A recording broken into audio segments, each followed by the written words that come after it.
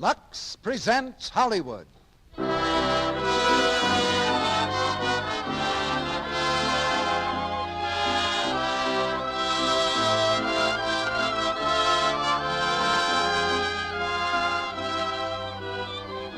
Lux Radio Theater brings you Rosalind Russell and Herbert Marshall in Craig's Wife with Beulah Bondi. Ladies and gentlemen, your producer, Mr. Cecil B. DeMille.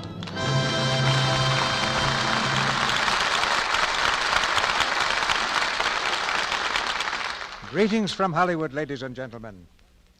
Tonight's play, Craig's Wife, will probably remind all drama critics that women are unpredictable. For though the critics praised the drama when it opened on Broadway, they all added wisely, the women won't like it. But the unpredictable ladies loved it. A few months later, George Kelly's play won the Pulitzer Prize, then went the way of all hit plays and became a hit motion picture. Tonight you'll hear the same fine actress who played Craig's wife on the screen, Rosalind Russell. And co-starring with her, we present a longtime favorite of this audience, Herbert Marshall. Just why the critics thought women wouldn't like Craig's Wife is a little hard for me to guess. It's an honest play, and in my opinion, women admire honesty in drama as well as in husbands. It's the story of a woman who made the fatal mistake of letting love come second, and that's very unusual for a woman.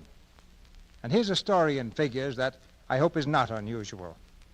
Ordinarily, figures make pretty dull reading, but we got a real thrill out of these in a letter from a calculating woman, the only kind of calculating woman we like. She writes, "We've used Lux toilet soap exclusively in my home since December 1926, and multiplied out, that comes to something over 500 cakes. How's that for a record? And we are farmers, not screen stars." That's nearly 15 years, so the lady must have been satisfied. Personally, we think the farmers of this country have pretty good judgment. So when they pin a blue ribbon on our product, it's something to boast about. And 500 cakes of Lux toilet soap certainly spell enthusiasm to anybody. And now, a rising curtain spells the beginning of tonight's play. Here's the first act of Craig's Wife, starring Rosalind Russell as Harriet Craig, Herbert Marshall as Walter, and Beulah Bondi as Miss Austen.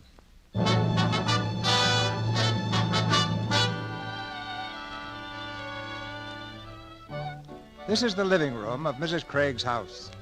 Like a room in a shop window, it's cold, austere, and beautiful.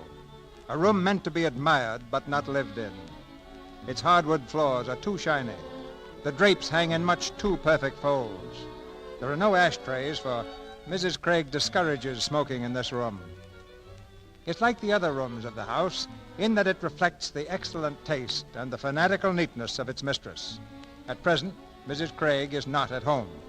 But as if anticipating her immediate return, two maids are feverishly dusting the spotless furniture. Do you think I ought to dust the top of the fireplace, Mrs. Harold? Now, Maisie, you know better than that. Just dust every square inch of this room. But it don't need it, Mrs. Harold. Just the same, do it. If there's a speck of dust, she'll find it. Mrs. Craig never looks where I have dusted. She always looks where I ain't. And even if I have... Maisie, don't touch that vase. What's the matter? Put it down. Put it down. You know she can't stand for anybody to touch that vase except herself.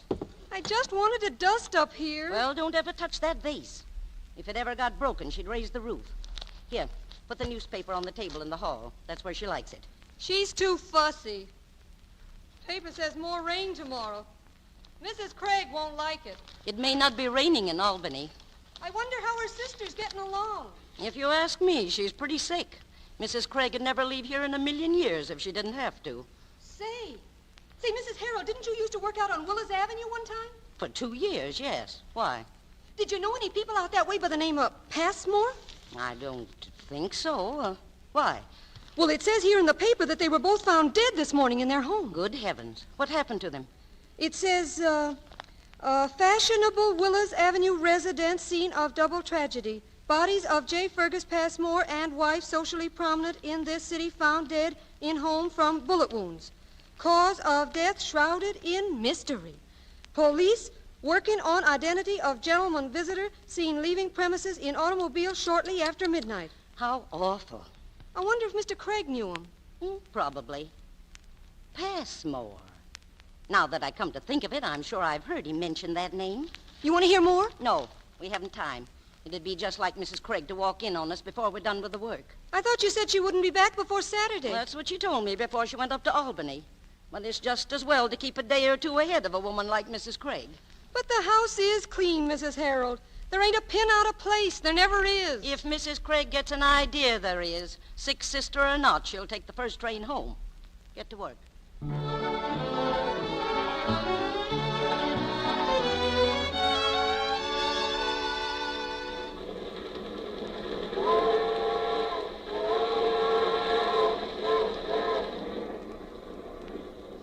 Aunt Harriet. Yes, dear? What's the matter? Aunt Harriet, I hope I'm doing the right thing. Of course you are, Ethel. Your mother's had heart attacks before and come through them all right. She'll do the same thing this time. But I should be there, Aunt Harriet. Suppose something should happen. Nothing's going to happen, dear. The doctor certainly didn't think it was so serious when he suggested you come visit me. And I certainly wouldn't have left my only sister if I thought anything was going to happen. I do have to get back to the house, but just the same, I would have stayed there as long as it was necessary. But there were some things I wanted to tell Mother. Were they important? Well, it was about Professor Fredericks at school. Mother met him and liked him very much. She said she'd be glad if I married him. I wanted to tell her. You mean he said something? Yes. He's asked me to marry him. Soon. I don't know why your mother should be so panicky about your future, Ethel. You're only 19. She said she'd like to feel that I have somebody. Well, why does a girl need anybody, dear, if she has money to get along on? I wouldn't allow your mother's apprehensions to rush you into marriage, unless, of course, it were an advantageous marriage. Did you accept this man when he asked you? Practically, yes. But how does he expect to support you on a professor's salary? He's very lucky if he's getting $200 a month. Unless he's some very extraordinary kind of professor. He's the professor of the Romance languages. Naturally. And I suppose he's told you he loves you in all of them. Well, I certainly shouldn't care to think about marriage at all, Aunt Harriet, unless I were at least in love with a man. Oh, that's just your age, Ethel, darling. We all pass through that. It's the snare of romance. You'll find out later it's nothing more than the most impractical sentimentality. Why, Aunt Harriet. Unfortunately, the majority of women are caught with the spell of it. And then they're obliged to revert right back to the feminine dependence and subjection they've been trying to rid themselves of for centuries. Well, you married, Aunt Harriet. But not with any romantic illusions, dear. I saw to it that my marriage should be a way toward emancipation for me. It isn't financial independence that I speak of particularly. I knew that would come as a result of another kind of independence. And that's the independence of authority over the man I marry. I don't understand what you mean, Aunt Harriet. I mean that I'm simply extracting my share of the bargain. Your Uncle Walter wanted a wife and a home and all the things that go with marriage. Well, he has them. He can be sure of them. But I want to be sure of them, too. And someday I will be. But how? By securing into my hands the control of my husband. But suppose they were to find out sometime. Find out what? That you wanted to control him. One never understands, dear, what is not in one's nature to understand. Oh, Ethel, I know you're mentally deploring my lack of nobility. No. Yes, you are. I see it in your face. You think I am a very sordid woman. No, but frankly, Aunt Harriet, I don't think it's quite honest. But it's very much safer, my dear, for everybody. If a woman is the right kind of woman, it's safer that the destiny of her home be in her hands rather than in her husband's.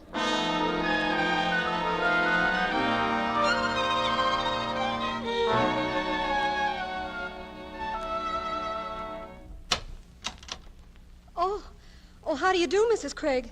You're back ahead of time. Hello, Maisie. Yes, a little. Will you take these bags, please? Put my niece's things in the corner room. She'll be with us for the next few days. Yes, ma'am. Take your things off, Ethel, dear.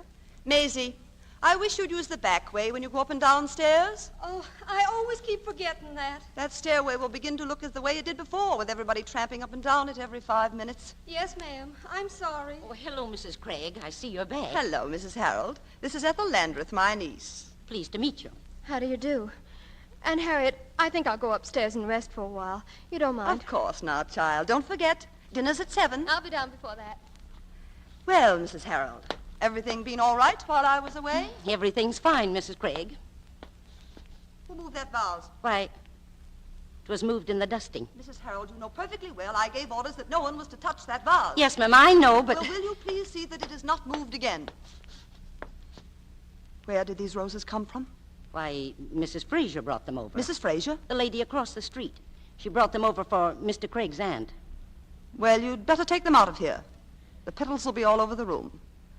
Is Mrs. Fraser upstairs with Auntie Austin again? Yes, ma'am. And how did she happen to get up there? Well, I don't know, I'm sure, Mrs. Craig. Unless Miss Austin asked her. Oh, all right. Have there been any letters or messages for me, Mrs. Harold? Why, there were 2 letters, yes. I left them in your room. And there's a gentleman called Mr. Craig last night about 8 o'clock, but he'd gone out. I gave him the telephone number where Mr. Craig said he'd be. Who called Mr. Craig? Did you get his name? Yes, ma'am. He said his name was Berkmeyer. What number was it Mr. Craig gave you last night? Why, it was Levering 3100. I wrote it down so I wouldn't forget it. All right, Mrs. Harold. That'll be all. Oh, wait. Tell Maisie to fix the latch on the screen door. It was half open when I came in. I will, Mrs. Craig.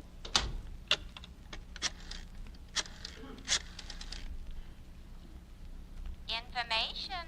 Hello?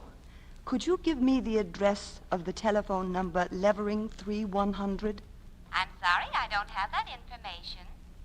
Oh. Well, it isn't important. Thank you very much.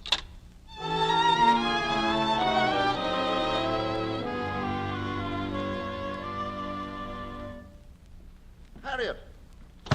Harriet, where are you? Hello, Walter. Oh, I saw your grips on the porch. Oh, dear, hasn't Maisie taken them up yet? Darling, it's wonderful to see you. When did you get in? Careful, Walter. Don't muss my hair. We came a few minutes ago. How is Estelle? Better? Oh, nothing more than usual. You'd have thought from her letter that she was dying. So I have to race up to Albany and leave the house for a whole week. Incidentally, I brought Ethel back with me. She's upstairs resting. Oh, well, that's nice. Well, I'm glad to have you back again, darling. Oh, stop it, Walter. You'll break my bones. That's what I think I'd like to do sometimes. Now, stop it, please. Here, take your hat and put it there where it belongs. And take your paper out of here, too. The room's a sight. Your aunt's company will be scandalized. All right. Has, Auntie Austin got some company? The lady of the roses across the street. Mrs. Fraser? Yes. She's getting very sociable. Well, she certainly has some beautiful roses over there. I've talked to her a couple of times on the way up from the garage. You mean she's talked to you? Now, just what do you mean by that? Walter, don't lean against the piano. You'll scratch it. This coat won't scratch it. Well, there might be something in your pocket that will. All right. What did you mean about Mrs. Fraser? Isn't it obvious? Oh, now, don't tell me you're jealous, darling. Oh, not at all. I'm simply suspicious of middle-aged widows who specialize in wayside roses. I'd like to be able to see just what's going on in your mind, darling. Well, if you could, I dare say you'd find something very similar to what's going on in the minds of most of our neighbors these days. Our neighbors? They have eyes, Walter, and they use them. And I wish you'd use yours. And I also wish you'd tell me whose telephone number Levering 3100 is. Fergus Passmore, why? Oh. Mrs. Harold told me you gave her that number in case anybody wanted you. And I was wondering where it was. Fergus Passmore's. I was playing cards out there last night, a little poker. What did Billy Berkmeyer want you for? Oh, Fergus told me to get a hold of him, too, and bring him along. I hope you're not going to get into card playing again, Walter. Why, I never gave up card playing. Well, you haven't played in nearly a year. Well, I suppose that's because you don't play. I don't believe Fergus would have asked me yesterday, only that I happened to mention that you were away. Was his wife there? Yes, she was for a while, but she went out. I suppose that's the reason Fergus asked you, wasn't it? What do you mean? Well, you know how insanely jealous of her he used to be. I'm sure he was never jealous of me. Oh, he was jealous of everybody from what I could see. I'm sorry you have to go so soon, Mrs. Fraser. Here she comes. It's almost dinner time. I really must. I'm getting out of here. I don't want to have to sit and listen to her. Why, Harriet, I didn't know you were here. Hello, Auntie Austin. I only got in a little while ago. Good afternoon, Mrs. Craig. How do you do? I haven't even unpacked yet. Will you excuse me? Maisie, will you bring up the grips, please? Mrs. Fraser, I think my wife's a little upset. Of course. Miss Austin told me about her sister.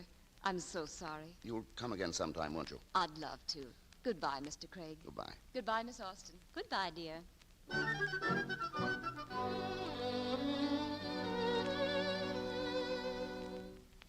I think it was time I came back, Auntie Austin.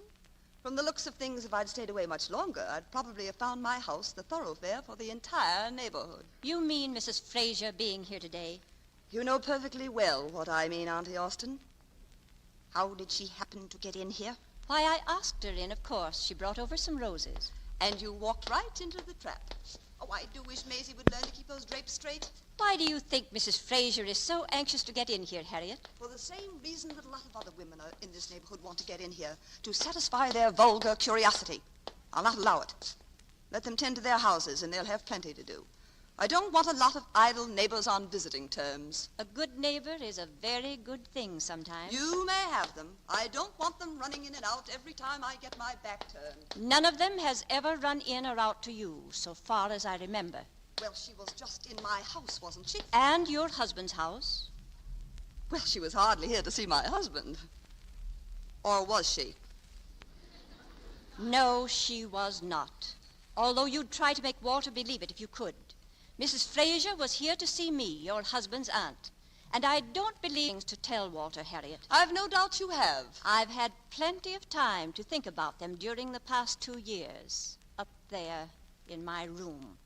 I'm going to tell him, and I want you here when I do, so that you won't be able to twist what I say. I merely want you to understand that I resent your having Mrs. Fraser in my house. Oh, why pick on Mrs. Fraser? Be honest about it, Harriet. You don't want anybody in your precious house. I don't want her. You don't want your husband. Only that he's necessary to the upkeep here. If you could see how that could be managed, his position here would be no more secure than that pillow there. That's a very nice thing for you to say to me. It's the truth, whether you like to hear it or not. You want your house, Harriet, and that's all you do want. And that's all you'll have at the finish, unless you change your way. Remember this, Harriet Craig. People who live to themselves are generally left to themselves. Does that mean that you're leaving us, Auntie Austin? Yes, I'm leaving. Only before I go, I want Walter to understand why. What's the matter? Auntie Austin tells me she's going to leave us. It's nothing very new, Walter. Why, what's happened? What did you say to her, Harriet? I haven't said anything to her, of course. Harriet, she's simply using her imagination. You never say anything. You simply act, and then you leave it for us to interpret, if we're able. Well, I hope I'm open to conviction if you have a grievance. It isn't my own cause I'm going to plead. I won't be here. It's for you. I don't understand what you mean, Auntie. That's probably the greatest danger, Walter, you don't understand. If you did, it would be scarcely necessary to warn you. Of what? Your wife. What are you laughing at, Harriet? Oh, now, don't you think that's very amusing? Harriet isn't really laughing, Walter. Well, what am I doing, crying? You're whistling in the dark. You're terrified your secret has been discovered. Really? And what is my secret? I knew it a long time ago, Harriet. Long before your outburst against Mrs. Fraser a few minutes ago. She means I've been trying to poison you secretly, Walter. Not so secretly. Well, I'm sorry I must go, because I'm sure this is going to be very amusing. Harriet, I wish you would stay if Auntie has something to say against you. I think it's only fair. I'll not stay and listen to a lot of absurdities. I hope, Miss Austin, that when you finish discussing me, you'll be as frank in letting Walter know something of what I've been putting up with during the past 2 years.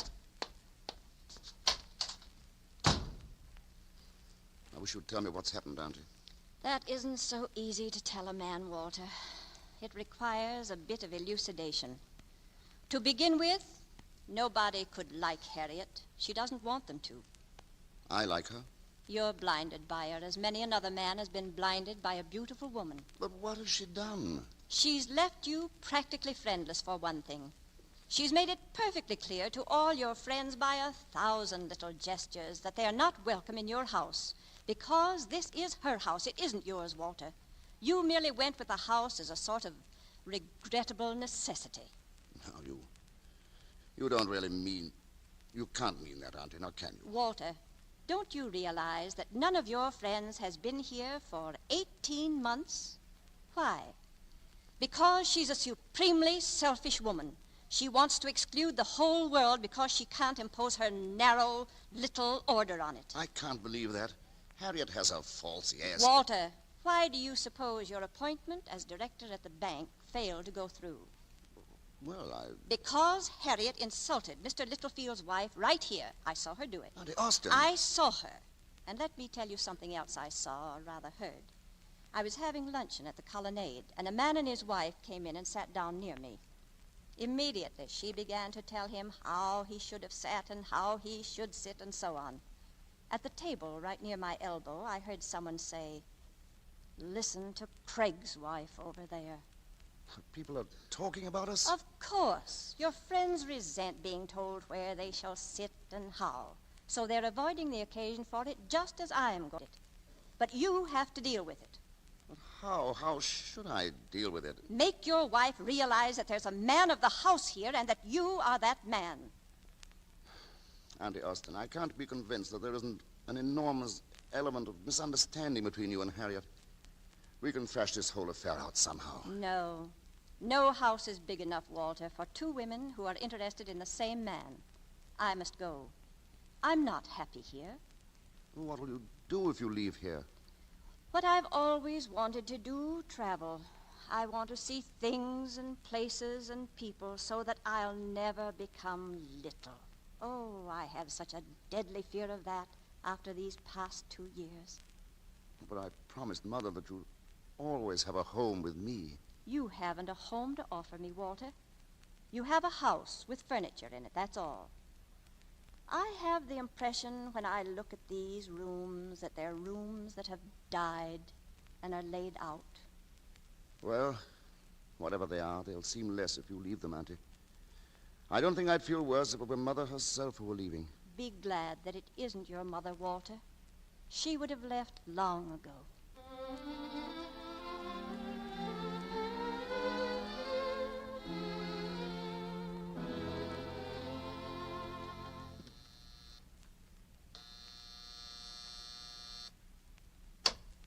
Good evening. Is Mr. Craig in? Yes, sir, he's in. Shall I have him? Billy, how are you? Hello, Walt.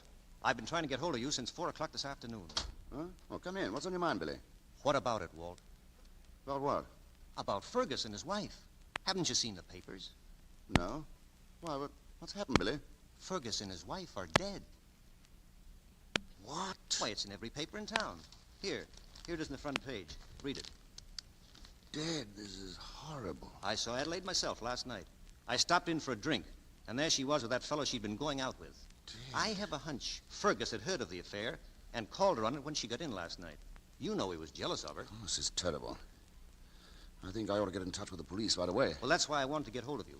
It says in the paper they're looking for a man seen leaving the house after midnight, and I thought... Of course, that must be me. I'll call the police. Well, now, wait a minute, Walter. What about your wife? She's back. She'll probably read it sometime. Well, if she doesn't see the papers, what she doesn't know won't hurt her. And this might clear itself up overnight. I think the wise move is to get over to Passmore's. And if they don't know anything more there, go to police headquarters and let them know where we're at. Come on. Through the park will be quickest.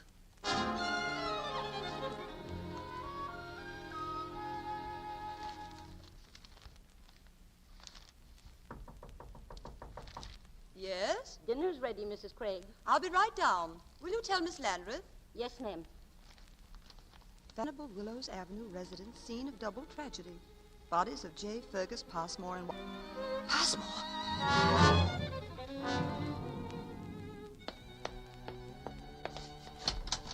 Walter! Walter, are you downstairs? Walter! Mrs. Craig, dinner is... Maisie, where's Mr. Craig? Why, he was here with a gentleman. What gentleman? Who was he? I don't know who he was. Did Mr. Craig go away with him? I guess he must have. He might be in the garage. Run out and see. Tell him to come back. I want to see him. Yes, ma'am. Right away! Hurry, Maisie! Hurry!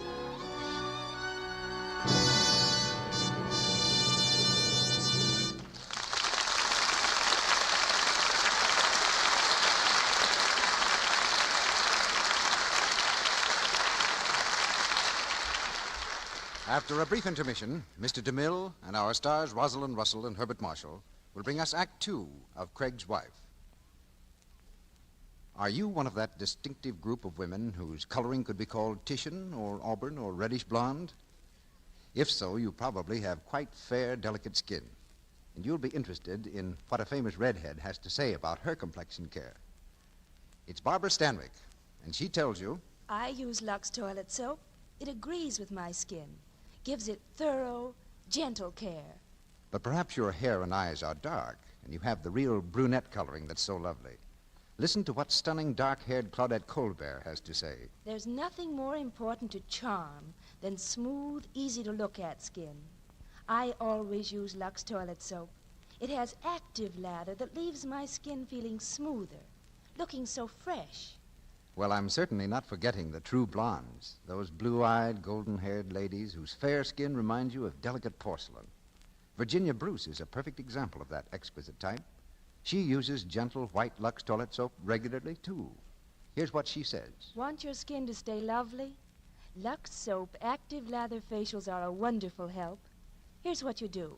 Pat the lather lightly in, rinse with warm water, then with cool, and pat the face dry with a soft towel. I love this easy, gentle care. Yes, whether they're blonde, brunette, or redhead, or brunette for that matter, 9 out of 10 famous Hollywood stars use Lux toilet soap. And any woman knows that a soap has to be pretty special to be the choice of these lovely women to whom beauty is a profession. And Lux toilet soap is pretty special. It's as mild, as pure, as fine a soap as money can buy. It's a soap to use for delicate skin because its creamy, active lather removes dust, dirt, and stale cosmetics thoroughly and gently, too. What a wonderful buy this fine soap is. It costs only a few cents a cake. Why don't you use this simple, easy care the beautiful women of the screen find so effective? Try Lux Soap Active Lather Facials for 30 days. You'll find they work for you, too. We pause now for station identification. This is the Columbia Broadcasting System.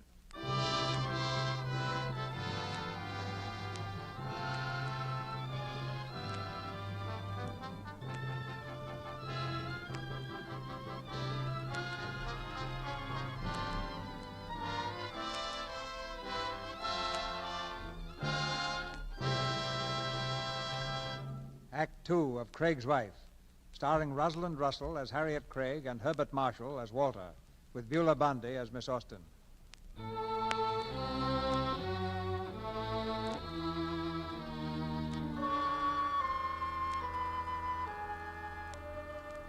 Ten minutes have passed, and Mrs. Craig waits anxiously for her husband to return. Nervously, she paces the length of her immaculate living room, the newspaper clenched tightly in her hand. The newspaper telling of the death of her husband's friends. Suddenly, the telephone rings.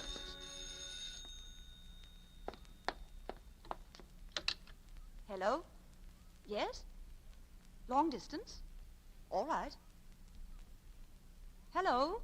Yes, this is Mrs. Craig. Oh. Why, Ethel is lying down just now. Who is this speaking, please? Oh, Mr. Fredericks. No, she's quite all right, really. Well, I'd much rather not call her if you don't mind. Well, can't you tell me what it is you want to tell her? Oh, I see. Well, I'm sorry, Mr. Fredericks. I don't care to disturb her just now. Goodbye. Maisie, the door. Yes, ma'am. Mr. Craig in? No, sir, he's not in just now. Oh, his wife in? Yes, sir. Who is it, Maisie? We'd like to speak to her for a minute if we could. Yes, sir. Will you just step in? Thank you. It's two gentlemen, Mrs. Craig. Good evening. Oh, Mrs. Craig? Yes, I am. That will be all, Maisie. Yes, ma'am. Have you any idea what time Mr. Craig will be in? Why, I'm expecting him any minute. Is there something I can do? Yes, I think so. We thought we'd like to speak to Mr. Craig first, but I don't suppose it makes a great deal of difference. It's about the Passmore shooting affair. Oh, yes. Yes, I've just been reading about it. Oh? Isn't it a dreadful thing? Well, it's rather a peculiar case. Of course, it could have been a foiled attempt at robbery, but that doesn't explain certain other conditions. Are you working on the case? Oh, yes, ma'am. I'm Captain Cattell from headquarters. This is Lieutenant Grover. Evening. How do you do? However, there's no connection between that and our visit here. Well, I'm very glad to know that. Of course, we do have to follow up any little outside clue. Now, a man was seen leaving the house shortly after midnight, but it was too dark to establish any identification. Besides, that wouldn't account for the death of Mrs. Passmore. You see, she didn't get in until after 3 o'clock. I see. Then you think Mr. Craig might be the man that was seen leaving there last night? Oh, no. That possibility is really not being seriously considered. Oh. You see, a house of that description might have had any number of visitors during the evening. That's very true. But you see, Mrs. Craig, we had a report from the telephone exchange that there was a call made from here this evening asking for the address of Mr. Passmore's home. You mean that somebody called from here? I can't imagine who it was. The report says it was a woman's voice. Well, that's very extraordinary. It could have been one of the servants, of course. Oh. Merely curious, I suppose. However, I dare say there's some very simple explanation of it. If the call was actually made from here. Has the telephone been used at all, to your knowledge, Mrs. Craig, since 5 o'clock this afternoon? No. Oh, yes. I just answered a call a few minutes ago from Northampton. I see. Has anyone from the outside been in here since 5 o'clock this afternoon? No. That is, except a neighbor from across the street. I scarcely think she would have used the telephone, though. I can ask Miss Austin, my husband's aunt. Well, if you don't mind, I'd like to question everyone here. First, though, I'd like to call headquarters. Oh, go right ahead. Thank you. Did you know Mr. and Mrs. Passmore, Mrs. Craig? Oh, no. I mean, I could hardly call it knowing them. I'd met them, of course, but I haven't seen either of them for ages. I see. Hello? This is Cattell. I thought I'd better call and check with you about... What? Oh, well, that's good news. I'll be right down. I'll get Miss Austin for you. Oh, no, it won't be necessary, Mrs. Craig. I've just had word that additional information has come in at headquarters. It looks like the case is just about ready to break.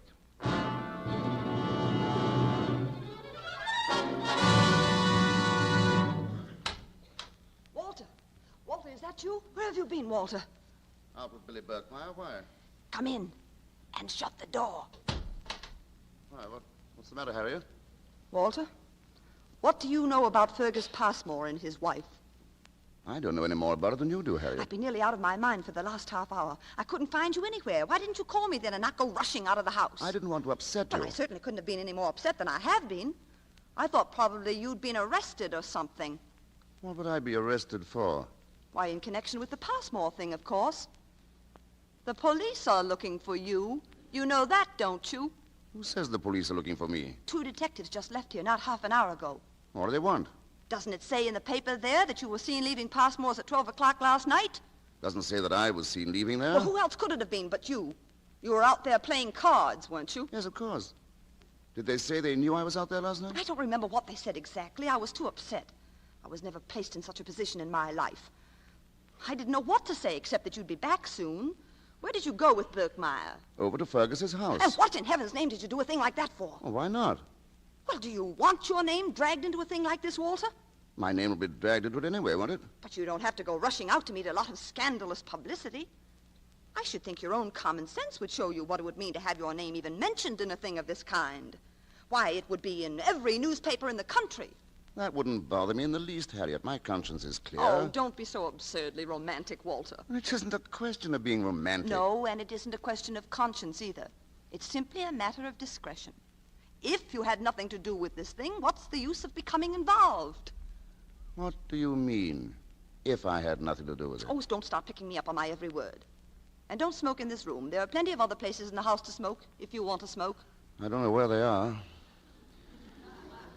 Did the detectives say when they'd be back here? I don't know whether they did or not. But if they do come back, Walter, don't give them any more information than I did. Well, I certainly won't deny that I was a friend of Fergus Passmore. You don't have to deny that you were his friend. But you certainly don't have to submit to a lot of cross-examination. Let them go cross-examine some of Fergus's other friends. Did he say he'd seen any other of Fergus's friends? Walter, I don't know. I told you I was upset. I hardly know what they said. I think I'll call up Berkmeyer. They might have gone over there to see him, too. Wait a minute, Walter. Don't. Well, why not? You can't call him now. Well, why not? Don't you realize the telephone is being watched? And that the police are probably watching Berkmeyer's, too? The first thing they do in a case of this kind is to watch the telephone calls in and out of the house. Not from this house. I mean from Fergus's house. I wasn't going to call Fergus's house. I was going to call Billy Berkmeyer. What difference does it make, Walter? Do you think the police can't put 2 and 2 together? Berkmeyer called you last night at Passmore's, didn't he? And there's undoubtedly a record of that call. Well, that wouldn't involve my name. It would if the operator listened in. Do you suppose she has nothing to do but listen in on calls? Well, she listened in on this one, didn't she? On which one? What? What did you say? Which call did you say the operator listened in on? I don't know which one she listened in on. But someone must have listened in on something, or the detectives wouldn't have come here. Didn't they say when the call was made? What does it matter when it was made? The fact remains that our telephone is undoubtedly being watched now. Well, I want to know why it's being watched. Listen to me, Walter. Put down that telephone. I will not allow you to drag my name into a notorious scandal. Harriet, I've got to find out where I am in this thing. If you speak over that telephone, I'll leave this house. What do you mean, you'll leave this house? I mean exactly what I say. I don't want my name associated with a thing of this kind. Your name? Oh, ours, of course, both of us. But suppose something developed that would reveal the fact that I had been to Passmore's last night. Wouldn't it be better for me to be open and above board from the beginning? They're bound to be suspicious if I'm not. There are grounds for suspicions, Walter. What grounds? The fact that I was over there last night doesn't mean a thing. It isn't for me to determine the degree of your guilt or innocence. I'm not interested. You're not interested? I am interested only in the impression on the popular mind and the respect in the community we've got to live in. You mean you'd rather know I was involved in this thing and keep the respect of the community than know I was a victim of circumstances and lose it? Mrs. Craig, are you going to have dinner now? Right, Mrs. Harold. We'll be right in. Mrs. Harold, just a minute. You're not questioning the servants in front of me, are you? I am. I won't stay here. That's up to you, Harriet. Did you want to speak to me, Mr. Craig? Mrs. Harold, do you know if anybody has called Levering 3100 from this phone today? No, sir. You didn't have occasion to call that number, did you? Why, no, sir. I never even thought about it until Mrs. Craig asked me for it. She... All right, Mrs. Harold, thank you very much.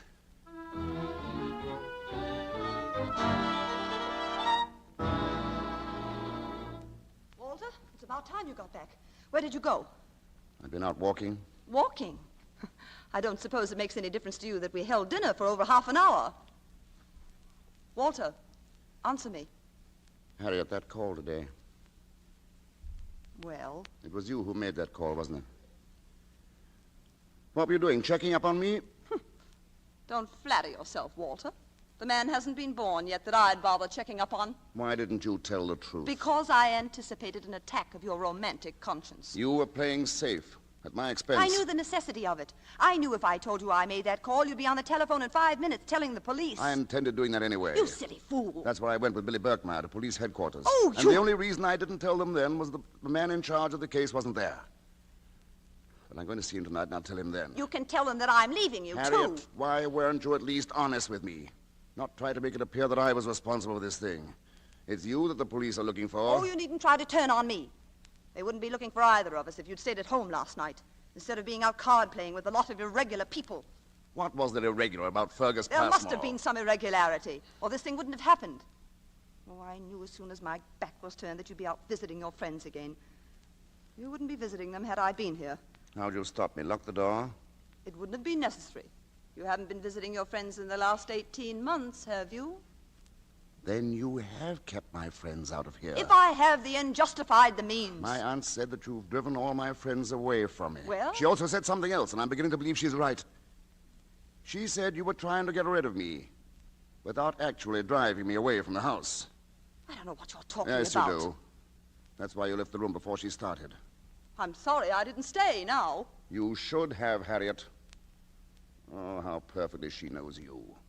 And I felt rather sorry listening to her. I thought she was getting a little old and suspicious. Particularly when she said you had excluded my friends. But that's just what you've done. Oh, don't try to make yourself out a martyr. You've had your share of the bargain. I never regarded our marriage as a bargain. Did you expect me to go into a thing as important as marriage with my eyes shut? I wanted you to go into it honestly, as I went into it. But you've exploited me. You'd even let the police think me a murderer, just to preserve your own safety. I've been trying to preserve my home.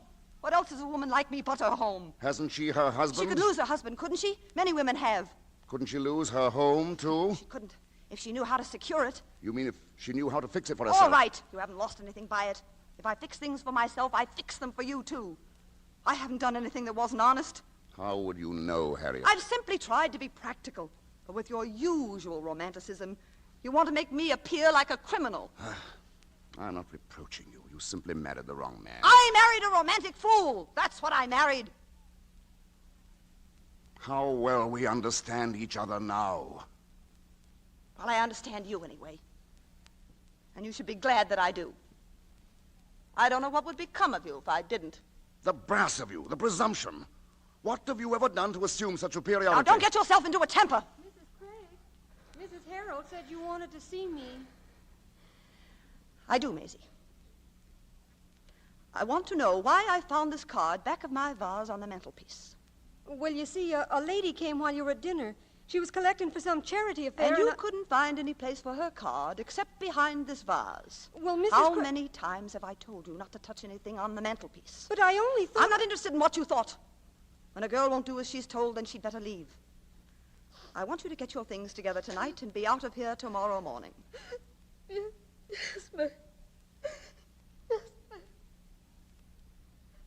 I'm going up to Ethel's room, Walter. I'll speak to you when you've calmed down a little.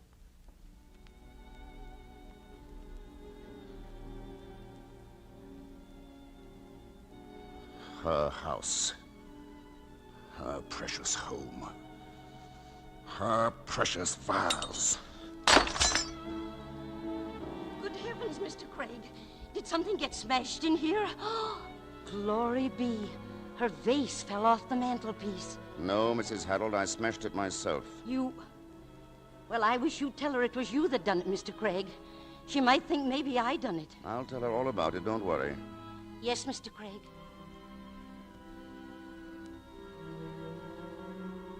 Walter?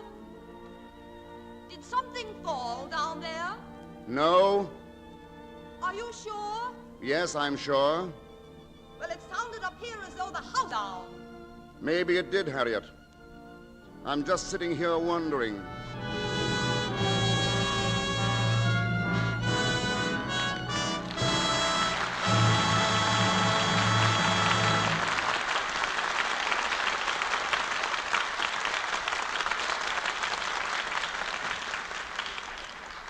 In just a moment, Mr. DeMille and our stars, Rosalind Russell and Herbert Marshall, will present Act 3 of Craig's Wife.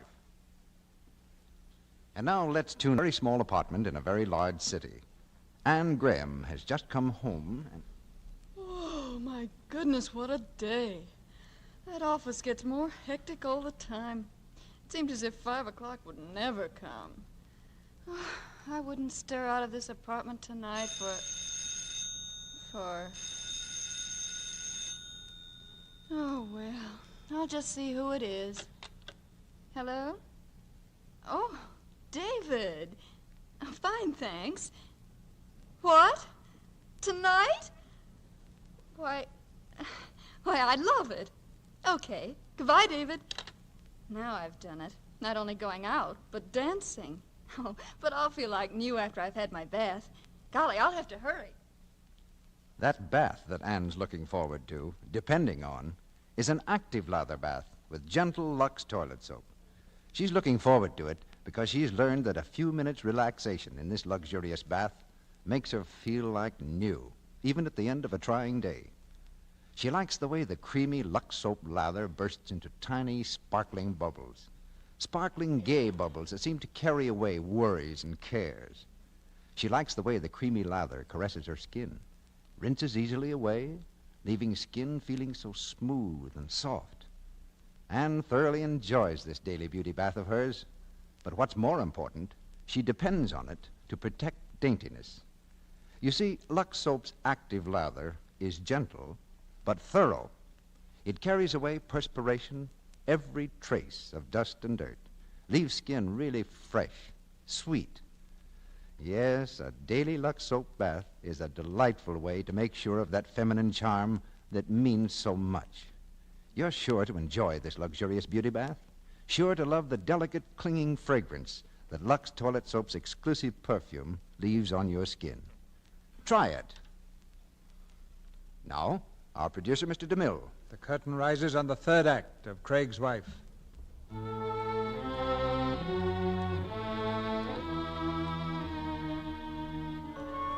And remember this, Harriet.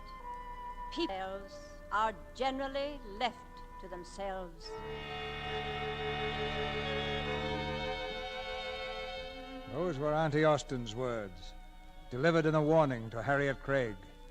It's early the following morning, and Auntie Austen has already left the house. In the living room, where Walter passed the night sleeping in a chair, Mrs. Craig discovers her precious vase has been smashed to bits. Mrs. Harold, What is this? Don't tell me it's that beautiful little vase. Yes, ma'am. How did it happen? How? Well, Mr. Craig said... Look at it. It's smashed into 1,000 pieces. It must have fallen on the bricks Oh, there. that never simply fell, Mrs. Harold. It's absolutely shattered. Look at the size of the pieces. Oh, that beautiful thing that I wouldn't even allow anybody to go near. Look at it now. How on earth did it ever happen, Mrs. Harold? I don't know, I'm sure. I suppose Maisie broke it for spite, didn't she? No, she didn't break it, Mrs. Craig. She was out there in the kitchen with me when we heard it fall. Well, send her in to me now. I want to speak to her. Mr. Craig said that he broke it. What? Yes, ma'am.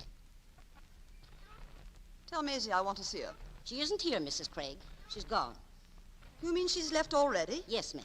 She left right after she had her breakfast. Of course she did. The contemptible little I'm brazen... leaving myself, Mrs. Craig. Oh, are you? I'm going this morning. I'm meeting Miss Austin downtown at noon. Miss Austin. And where are you going with her?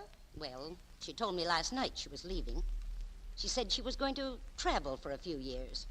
And do you think it's very considerate of you, Mrs. Harold, to walk away this way without giving me any notice? You didn't give Maisie much notice last night, Mrs. Craig. Maisie didn't deserve any notice. She was a very disobedient girl. She absolutely refused to do what I told her. Well, I haven't always done exactly what you told me to do either, Mrs. Craig. So maybe I deserve to go as well as Maisie. Well, of course, you can suit yourself. But I hope you don't intend to leave without cleaning up this floor.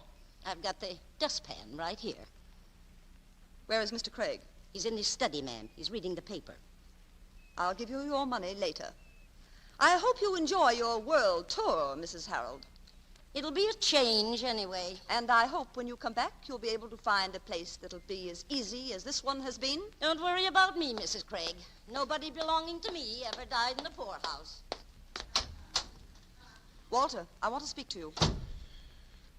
What does the paper say? You needn't worry, Harriet. You're quite safe. What does it say? Fergus's brother got in last night from Pittsburgh with a letter that Fergus had written him intimating his intentions. Then Fergus did it himself? So it appears. I always told you he was jealous of his wife. It's a good thing I kept my head last night and didn't allow you to telephone and make a show of us all. You can thank me that your name isn't in every paper in the city this morning. Oh, I can thank you for more than that, Harriet. I can thank you for having given me a new name last night. That fits me so perfectly that I've decided to continue its use. You called me a romantic fool. Let's not go into all that again, Walter. I've been wanting to help you, but you don't seem to have sense enough to appreciate it. Is that all you want before I got to leave for the office? No, it isn't all I want you for. I want to know about the ornament that was broken last night. What about it? I don't know what about it. That's the reason I'm asking you. Mrs. Harold tells me here this morning that you told her last night that you'd broken it. So I did. Well, you must be proud of yourself. I was for a moment. What were you doing, leaning against the mantelpiece again as usual? No, it wasn't an accident. I did it deliberately. What do you mean? I mean that I smashed it purposely. What for? I became suddenly heroic. I smashed it into 1,000 little pieces, and then I smoked one cigarette after another till I had your sanctum sanctorum absolutely littered with ashes and cigarette butts. For about an hour last night, I was a pretty brave fellow around here. You should have seen me. Are you out of your mind or something? No. I'm particularly clear in my mind, especially I was last night. You made a remark then, Harriet, that completely illuminated me. Like a flash of lightning, I saw it all. For the first time.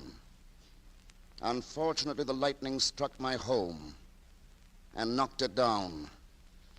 I sat here all night wondering how I might build it up again.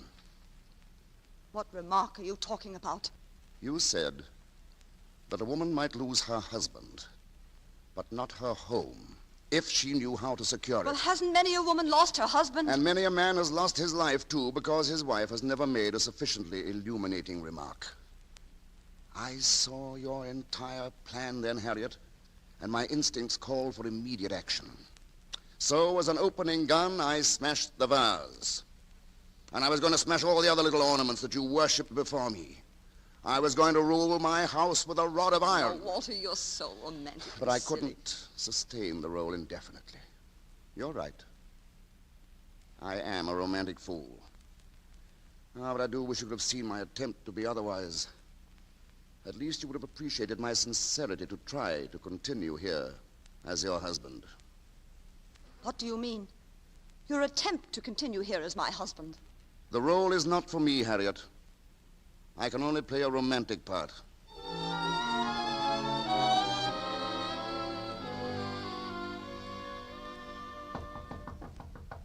Ethel! Ethel, are you in your room?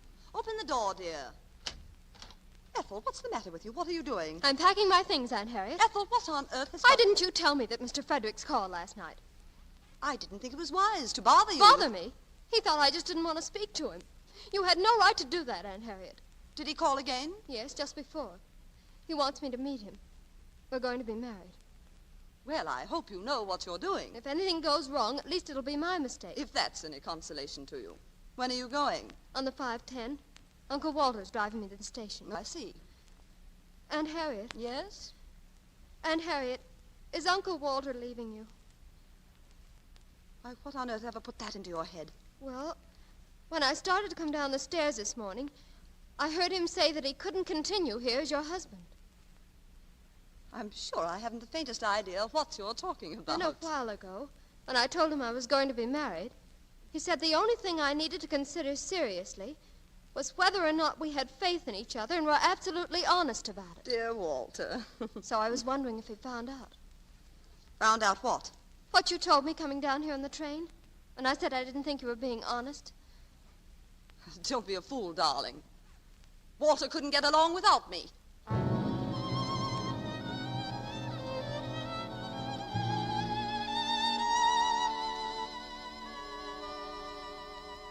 Ethel, are you ready? All ready, Uncle Walter. Goodbye, Aunt Harriet. Goodbye, dear. Your grips are in the car. I'll be right along with you. All right. I'll write to you, Aunt Harriet. Yes, don't forget, dear. Well, Walter, you won't be late for dinner, will you? Yes, very late, Harriet. In fact, I won't be here at all. Here's the key to your car and the garage. My house key's on the hall table. Now listen to me, Walter Craig.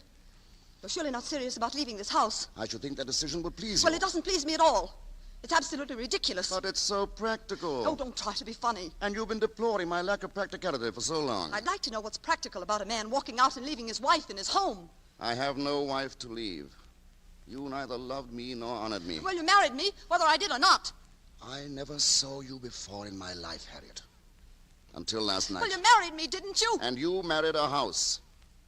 If it's agreeable to you, I'll see that you have it, and you can go on having it, just as though I were here. You'll be here, unless I'm very much mistaken. You don't know your man, Harriet? I know him well enough for that, anyway. Oh, you knew him pretty well, I'll grant you that, particularly when you said that my mind worked very slowly. It's working pretty slowly now, when you don't appreciate the absurdity of a move of this kind. What did I do last night that was so terrible? You simply showed your hand, that was all. I kept you from making a fool of yourself. That's what I did. But you also showed me how I could keep from making a fool of myself in the future. Well, you're certainly not beginning very auspiciously, I can tell you that. But I shall be at least a self-respecting fool. And that's something I could never be if I stayed here. There's something in a man, Harriet, that I suppose is his essential manhood. And you insulted that last night. Where are you going when you leave here?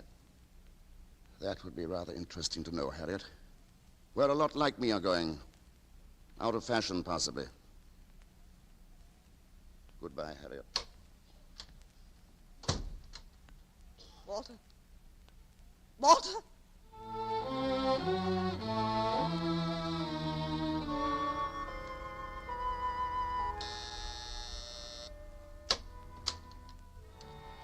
Yes? Telegram from Mrs. Walter Craig.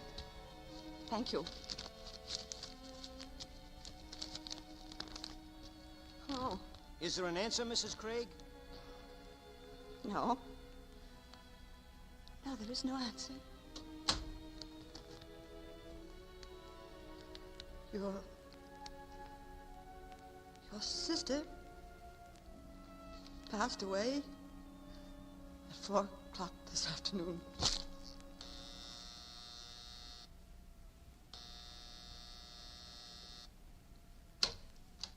Is anyone at home? Oh, Mrs. Craig. Yes? I do hope you'll pardon my walking in, but I wanted to bring Miss Austen some roses. Miss Austin isn't here, Mrs. Fraser. Well, if you'll just tell her I left them. Yes, of course.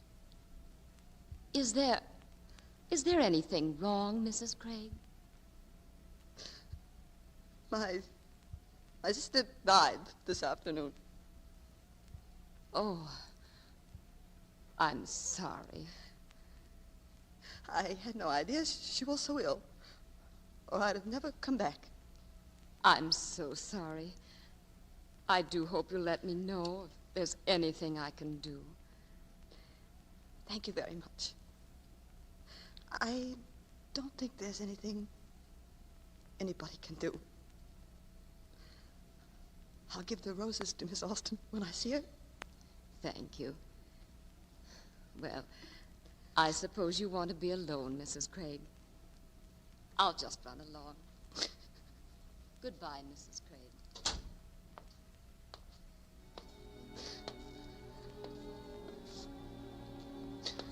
Alone?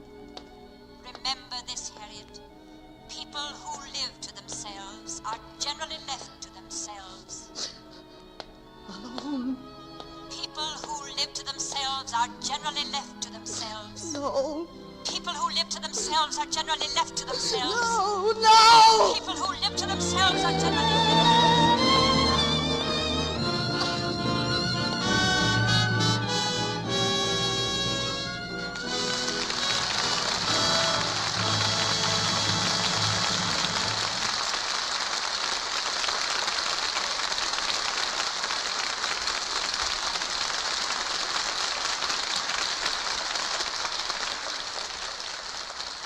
We chalk up 2 more fine performances on the record of this theater.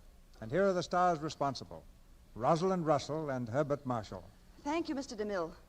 I've been looking forward to doing Craig's Wife with Bart Marshall for weeks now. And so have I, Rosalind. We seem to have been working across one studio street or another for years without landing in the same picture.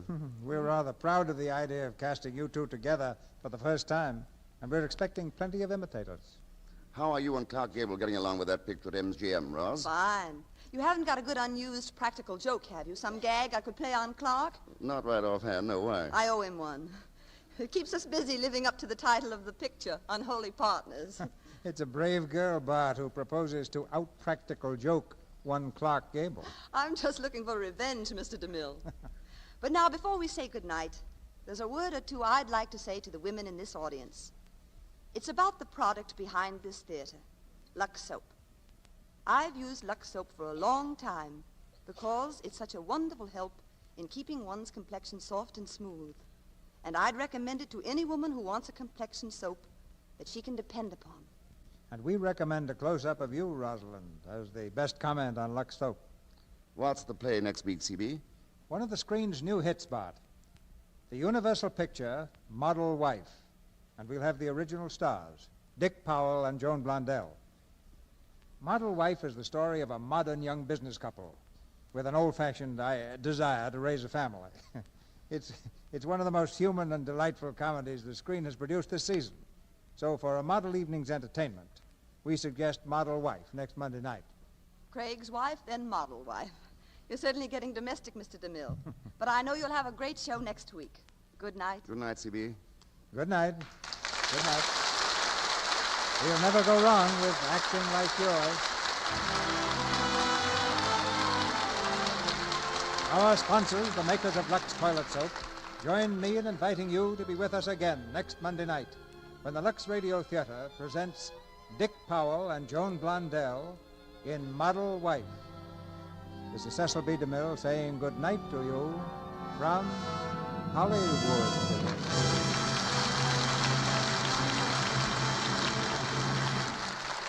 Rosalind Russell appeared tonight through the courtesy of Metro-Goldwyn-Mayer. Herbert Marshall is now working in Samuel Goldwyn's production of The Little Foxes. Included in tonight's play were Jane Morgan as Mrs. Harold, Betty Moran as Ethel, Virginia Gordon as Maisie, Dwayne Thompson as Mrs. Fraser, Phillips Teed as Berkmeyer, and Charles Seal as Grover. Our music is directed by Louis Silvers, and your announcer has been Melville Ruick. This is the Columbia Broadcasting System.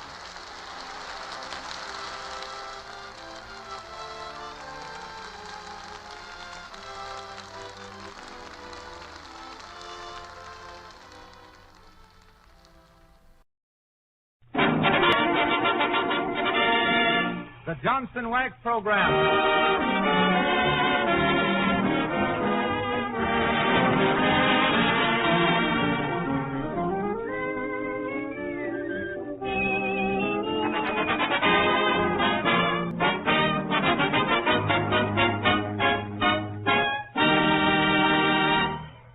Everyone. The makers of Johnson's Wax present Marion and Jim as Fibber McGee and Molly.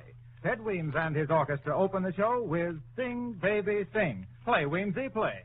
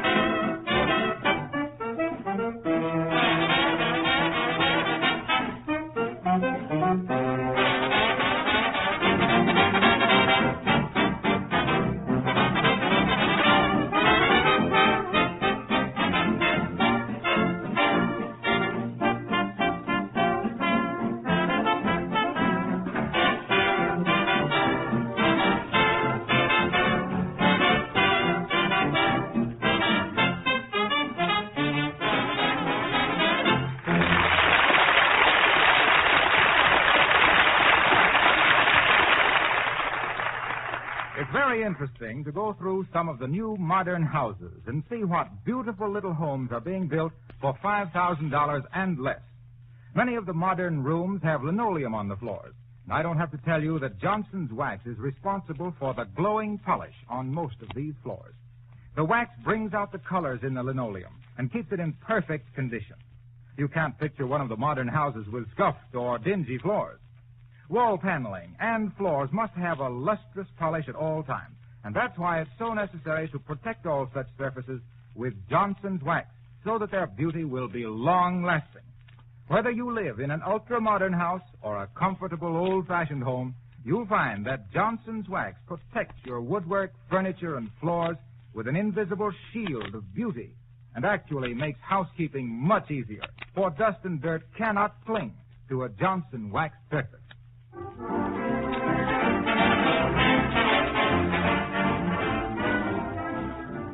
The McGees are celebrating their wedding anniversary tonight and have planned a big garden party for all their friends.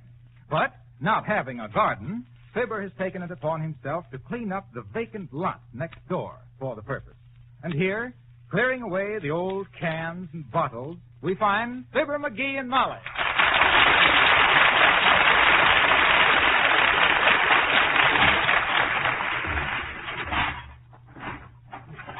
I wonder if folks wouldn't find someplace else to put their dad-ratted junk, Molly. Look at this here old rusty 5-gallon can. Can you imagine what kind of a dim-witted, unthinking, left-handed lame brain would deliberately dump this old can next door to a nice house like ours? Why, sure. You threw that there yourself. Oh, well. Except I had to put it someplace. McGee, you better put on some old canvas gloves.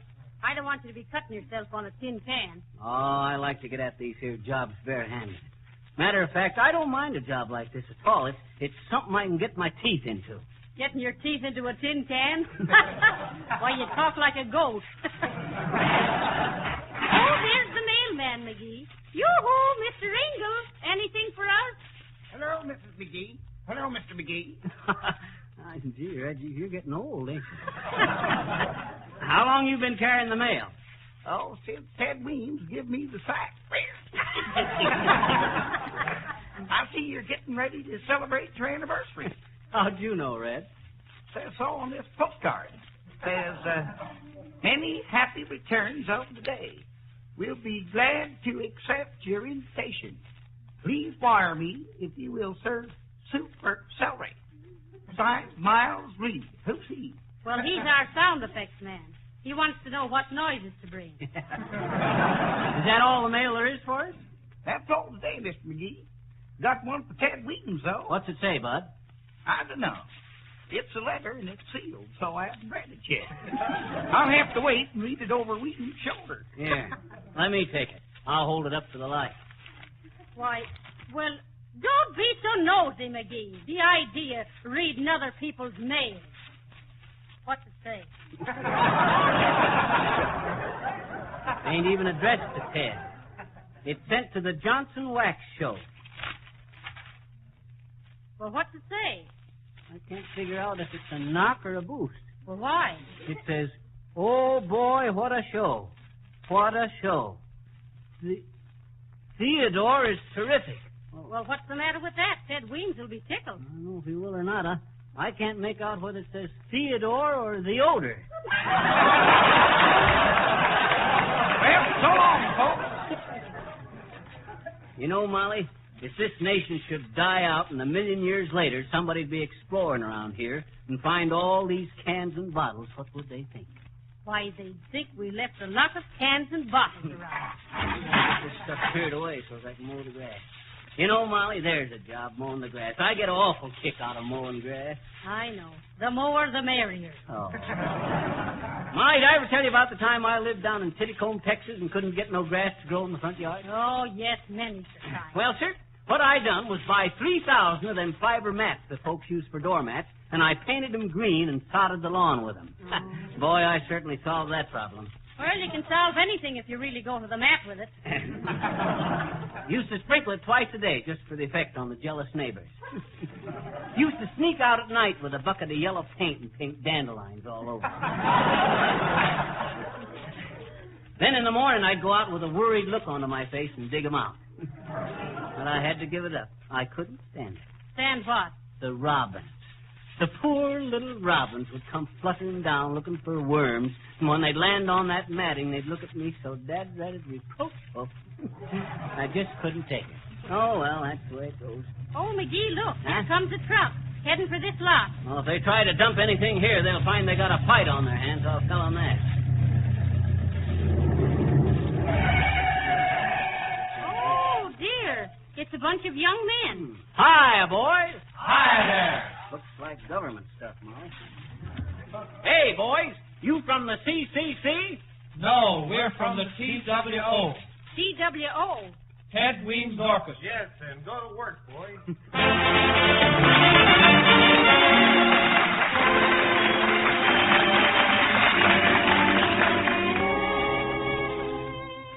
Every street I walk on becomes a lover's lane.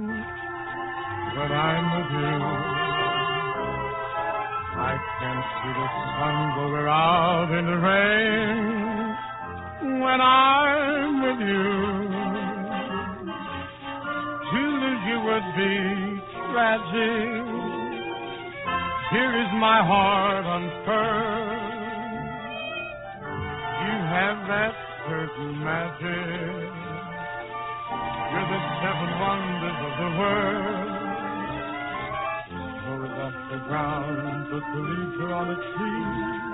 When I'm with you, flowers sing a love song. There's music in the breeze. When I'm with you,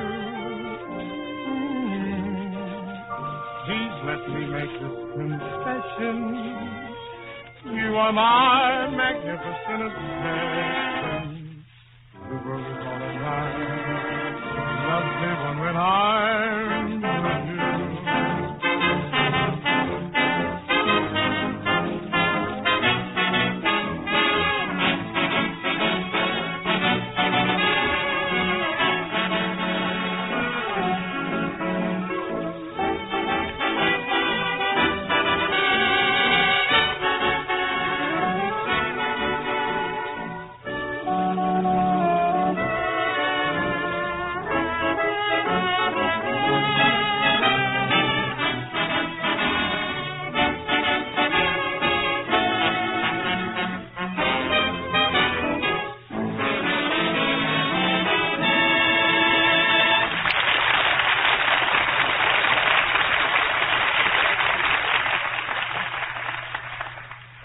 was Ted Weems and his TWO workers playing a new project, When I'm With You, with Perry Como as Rhyme Keeper.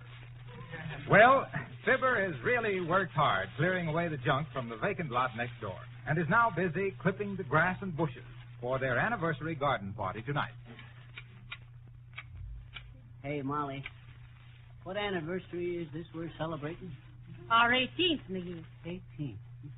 Is that all the longer it's been? What? I said, it don't hardly seem possible we've been married 18 years. Oh, I don't know, McGee. I found another gray hair this morning. On your hairbrush? Yes. Oh, don't worry about that, Molly. I was brushing Toops' cat with it yesterday. What? You got a lot of nerve using my... Oh, there's Silly Watson. Oh, hi there, Sil. Did you get them Japanese lanterns like I told you? Yes, sir. I got them little old Japanese lanterns. You mean Nipponese Jackson? Nappajack cisterns. Japanese Jackson. Yes, I got them. The man say he's going to send them right out. Oh, I know, but when? What? When is he going to send them out? Well, right away, you say, and I suppose when he say right away, he mean kind of soon, please, man. Well, did you tell him when the garden party was, Silly? Yes, I say tonight was your 18th anniversary. He said anybody that can last that long being married these days don't need no Japanese lessons. He say what you ought to have is a 10 million candle power aviation beacon. Well, did you bring us one, Silly? No, ma'am, they didn't have one. No, that's one Silly didn't bring home the beacon. Don't you get it, Molly? Ain't funny, McGee. Okay. Excuse me now, please, folks. I got to go oil the lawnmower. Well, now that takes care of that. No, I wouldn't be too sure. Silly probably told him we just got married and didn't want him till our 18th. Hey, you! Get out of there! I just cleaned this lot up. What are you doing there? Huh? What's the matter, Bud? Looking for something? Yes. What are you looking for? Looking for a place to hide this stuff. I'm a G-man. G-man, huh? Government? No, garbage. Hey, you! Hey, I just cleaned... Hey, come back here, you! What? 70 days, the nerve of that fella. That mashes and stuff he dumped got up my nose. Oh, McGee, you got what the Germans call a dump call. Hey, Molly, there goes Parker Gibbs. Hi there, Gibbsy. You coming tonight? Oh, I wouldn't miss it for a farm. How big a farm? Make it a window box. See you later. Where's all them guys going, Molly? Country Washburn just went by a minute ago. Why, they're all sitting under that big tree over there playing mumbly peg. Them musicians, always sticking the knife into something. Oh, hi, Perry. Hello, Fibber. Hi, Molly. Hello, Perry, darling. You coming to the party? It's our 18th anniversary. Oh, I see. I'll be there and help you forget. Hi, boys.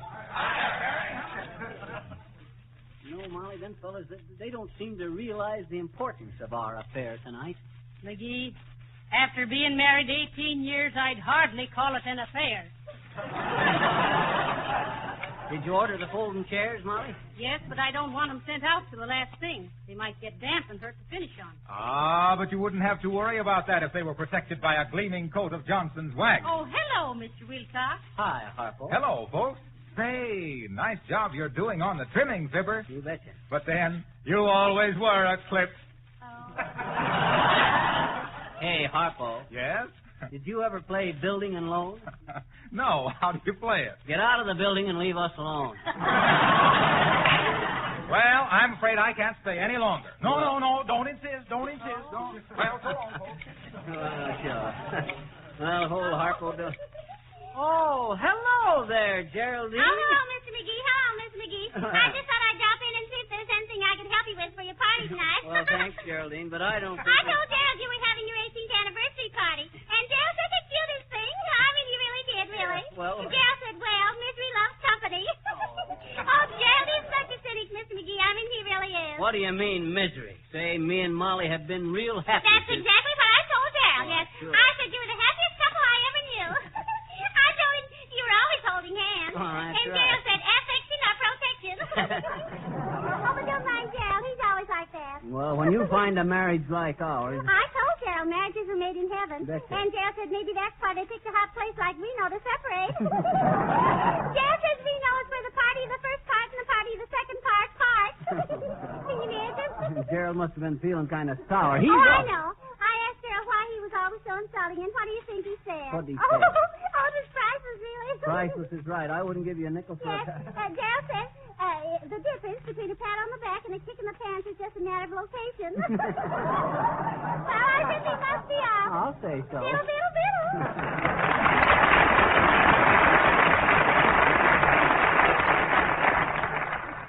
Someday, Molly, that gal is going to hear a record of herself and take to the needle.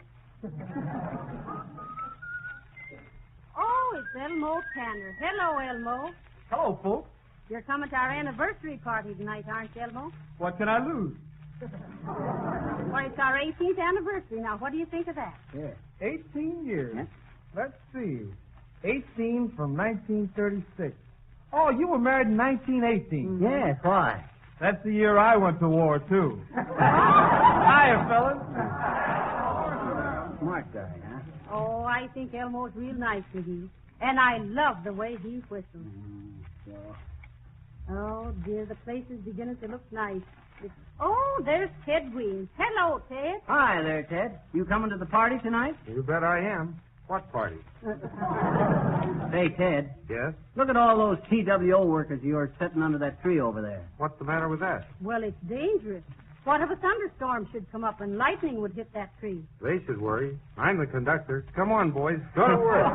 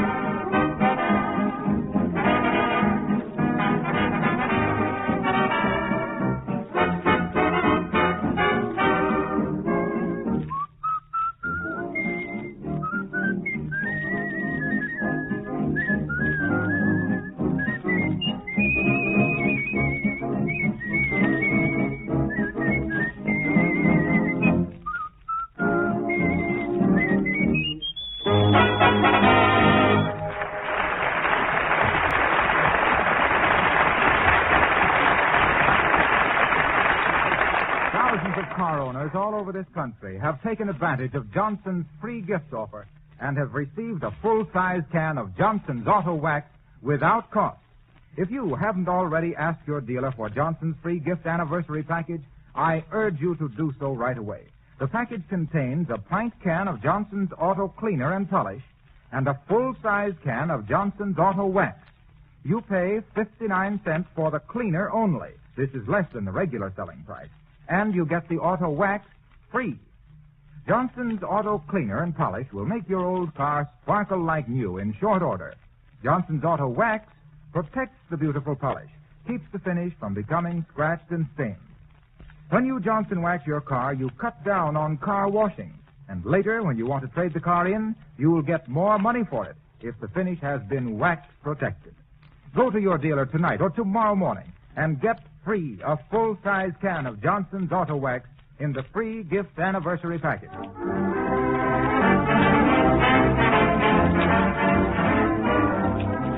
Well, you'd hardly know the vacant lot next door to the McGees. Fibbers mowed the grass, trimmed the bushes, whitewashed the trees, and with Silly's help is now stringing wires for the Japanese lanterns. This is going to be quite an anniversary party tonight. Here are Molly and Silly holding the ladder while Fibber strings wires. McGee, did you get permission from the owners of this property to hang up the lanterns? No, but they can't object, Molly. Chuck ought to send them a bill for cleaning up the place. Hey, hold that dead-ratted ladder steady, Phil. Keep your eyes on your work, silly. What are you staring at? That little girl over there, please, ma'am. She got a little old ball on a rubber band, and she hit me with a paddle, and doggone, she never missed one. Hey, down there, hold her steady. What do you think I am, a sparrow? Hi, everybody. What you doing? 4 and 10, 4 and 11. We're hanging up Japanese lanterns, honey. Now you going home. I don't want to, I betcha. I want to watch you. 4 and 18, 4 and 19, 4 and 20. Hey 4 there, and Sis. 21. Don't bother us. Go play someplace else. Want to play here, I betcha. 4 and 30, 4 and 31. What you hanging the lanterns up for, Watch you. Go on away now, little girl. Go on, get on home now. Go on. Well, why are you hanging the lanterns up for, 4 and 52, 4 and 53, 4 and It's for a wedding anniversary, Sis. Now go on away. What's the wedding anniversary, What is that? 4 and 59, 4 and 60, 4 and 61. Wedding anniversary means that we've been married for a long time. Why? That's it, I don't know why. I mean, look here, Sis. Hey, hold that ladder! Look out. Hold it! Hey, hold!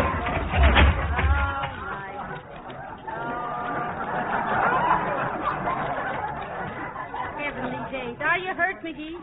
No, just sore. Now you listen here, Sis. Gee, that was funny, mister. Do it again. 4 and 76. Yeah, slap my sunburst. She never miss a beat. Listen, dearie. We're very busy here. Now you run along and play somewhere else. I'll say so. You pretty near made me bust my neck. Why, you pretty near made me lose count. 4 and 82, 4 and 83. 484, 485. Quiet, Sis. Yes, Miss McGee. Where do you live, Sis? Over there a little way. Where do you live? 489, We live right here. Why? Because... How do I know? Listen, Sis, we're busy here. What doing? 4 and 96, 4 and 97. We're going to have a party here, Wyatt. Can I come? 4 and 99, 500. Sure, you can come, Sis. But just as an initiation, we're going to make everybody that comes to the party take a big spoonful of castor oil just to prove they really want to come. Castor. Oh, gee. Goodbye, mister. 510, 500.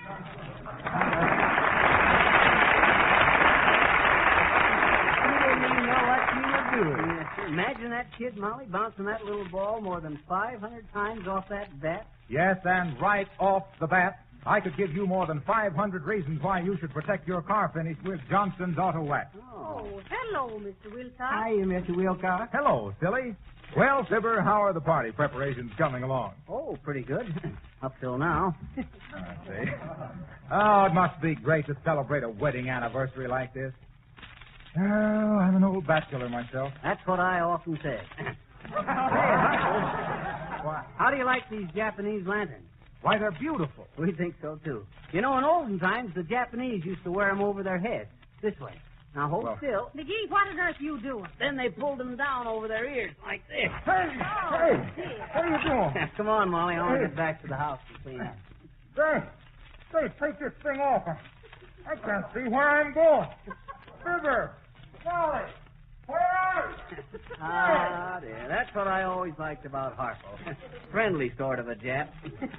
Well, come on, Molly. Let's go in the house. Boy, am I tired. Now, I suppose I'd better start getting myself cleaned up. Ah, just think of it, McGee. 18 years. Yep.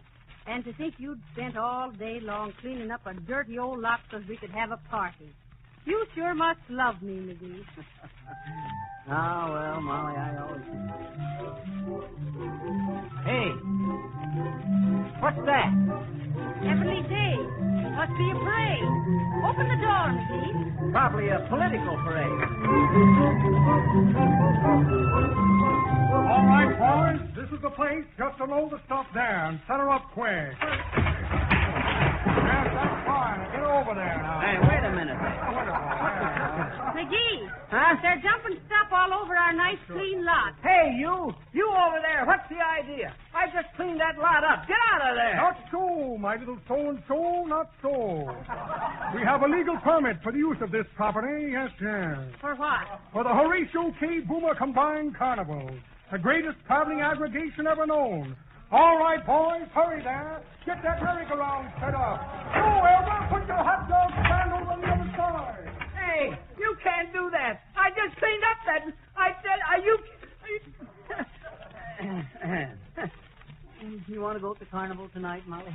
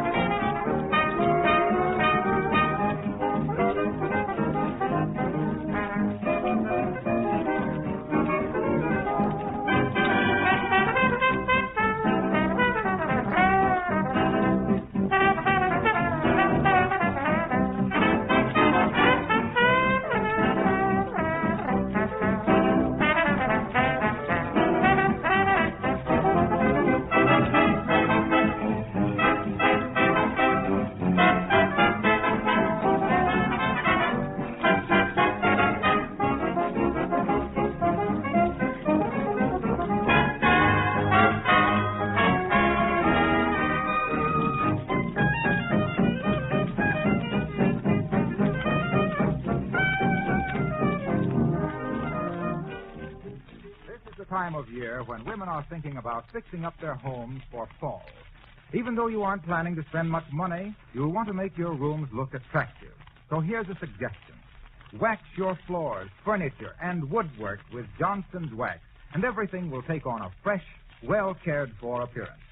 Johnson's Wax gives a beautiful luster to floors and linoleum, leaving an invisible film of wax protection over the surface, saving the floor from scuff marks and scratches. When you wax your furniture, you'll discover new beauty in the wood. The satin-like polish sheds dust and prevents smudges from sticking to the tables and chair arms. Then be sure to give all door frames and windowsills a gleaming coat of Johnson's Wax so sticky fingerprints can't cling to them. You'll save yourself hours of housework over a period of time if you wax your floors, furniture, and woodwork with genuine Johnson's Wax. Look for the attractive yellow can. And remember, you save money by ordering the larger sizes.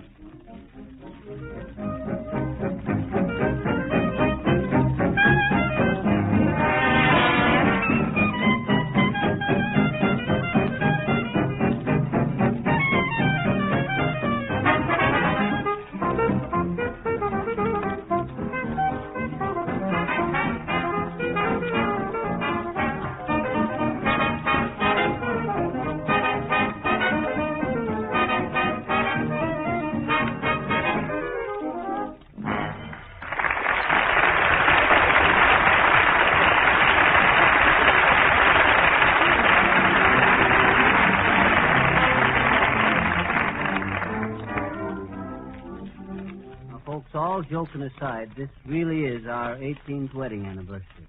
And we hope everybody listening in is as happy as we are. And I want to thank you for your wonderful support. Oh, shucks, that's all right, Molly. That's... Quiet, isn't it? I wasn't talking to you. Good night. Good night, dog.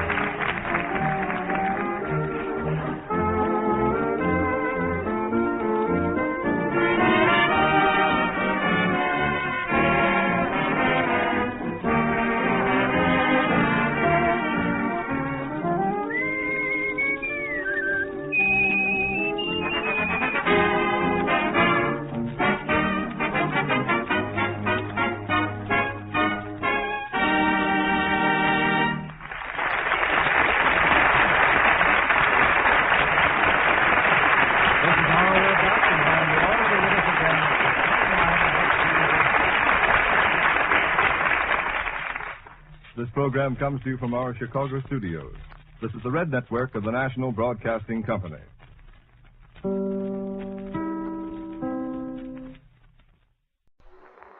Another cup of Maxwell House coffee, George? Sure. Pour me a cup, Gracie. You know, Maxwell House is always good to the last drop. That drop's good, too. Yes, it's Maxwell House Coffee Time, starring George Burns and Gracie Allen.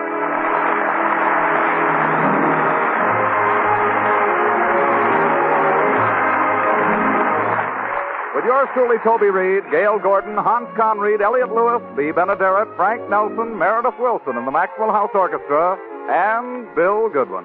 For America's Thursday night's comedy enjoyment, it's George and Gracie. And for America's everyday coffee-drinking enjoyment, it's Maxwell House. Always good to the last drop.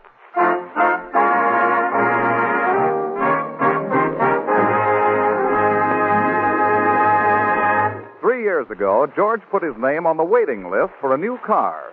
And at long last, that glorious moment has arrived. Gracie, the man from the automobile agency just called. A trainload of new cars arrived from Detroit, and we get one of them. Oh, wonderful. At last we'll have something newer than Joe and Clara Bagley.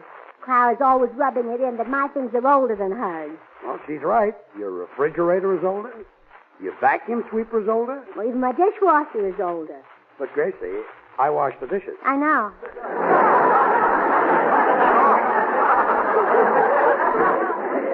Well, grab your hat, honey, and let's go and get that new car. I can't wait to drive by the Bagley's house and show it off. Oh, let me do it, George. I'll drive right into their living room. You can't do that. Well, why not? I drove into our living room once. It's much smaller than this. I know, I remember that, yes. Well, let's go and get the new car.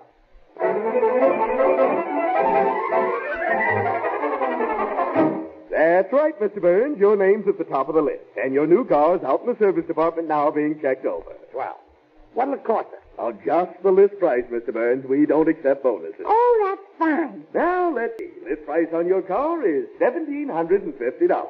Okay. With the extras, it comes to $3,400. $3,400? What extras? Why, extra equipment that every car needs. Things like a compass and barometer, a radar detector, Venetian blinds at all the windows. Now, wait a minute. If you... Built-in chrome-plated cuspidor. What do I want with a cuspidor? Well, sure, he can use the regular door.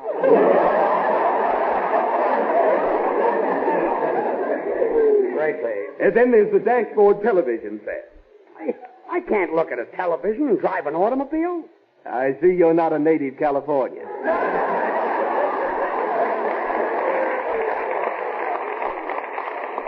Now, look, then there's the silver-plated fog lights that go on the front of the motor.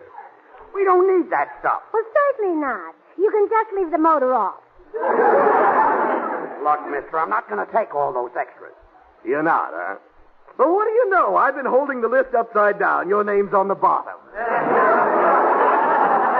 I'll take it. I'll pay anything to get a new car before Bagley gets one. When will the car be ready? About an hour. They're just installing the garbage disposal unit. Couldn't live without it. Well, I've got a meeting at the office, Gracie. Here's enough money for a down payment. When the car is ready, drive it home and put it in the garage. All right, dear. Put that in the garage, and I couldn't get it out.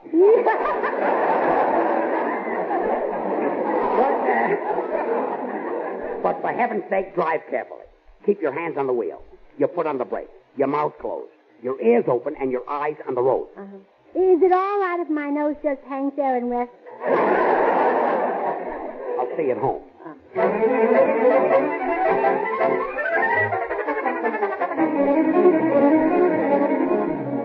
Meantime, George's arch rival, Joe Bagley, is hearing the news at Pop's Cigar Store. You mean to say George is getting a new car before I get mine? Yeah. Gracie's waiting down to the auto place right now to drive it home. Darn it. I'd give anything to get my hands on that new car. Well, now I'll sell you my car, Mr. Bagley. It's as good as new, latest model made. Latest model what? Stutz Bearcat 9. Got a raccoon tail on the radiator cap. Oh, Pop, no. Oh, Pop, Nobody would be dumb enough to buy a 1918 Stutz Bearcat. It's not... Wait a minute. Gracie would. Yeah, that's it. Pops, I think I'm going to wind up with George's new car. How much do you want for your Stutz? Well, now it's in A1 condition. How much? Auto prices are sky high right now. How much? Got to make a little profit on it. How much? $25.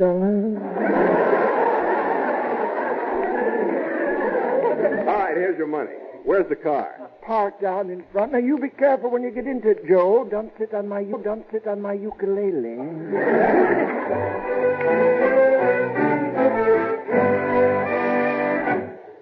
Well, Joe Bagley, how nice to see you. Did you come in here to buy a new car? No, Gracie, I heard that you were getting one, so I came by to push it home for you. Push it. 1+1? Gracie, you're an intelligent woman. Figure it out for yourself. Where are the new cars made? Detroit? How do they get them out here? On the train? If they run, why bring them out on the train? Oh, you're right. I never thought of that. My goodness, every time I wanted to go somewhere, I'd have to put it on the train. Exactly. It's hard enough to find parking space for a car, let alone a train. Sure. Now, there's no two ways about it, Gracie. They just don't build good cars anymore. In fact, the last really good car was made in 1918. 1918? There was a vintage year. They built 30 dependable cars. But where could I find an automobile that was made in 1918? That was 20 years ago.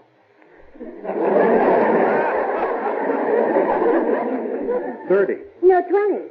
I know because that's the year I was born, and I'm 20. My mistake. Thanks. But getting back to 1918 cars, I'm afraid I have the only one in town. There it is, parked out in front. Well, I don't see it, Joe.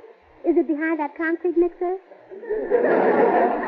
That's the car. Oh. They don't make them like that anymore. I didn't know they ever did. That's a genuine Stutz Bearcat, made of the finest steel smelted in Pittsburgh. There's a car that'll run 1,000,000 miles. Really? It did it once, it can do it again. And what a historical background that car has got. It was built in 1918, the year of the armistice. When the Kaiser was defeated, General Blackjack Pershing rode triumphantly down Fifth Avenue in that Stutz. Oh, yeah. I don't suppose you'd want to sell it, huh? Gracie, would be like selling my own wife. Yeah. They do look a little alike.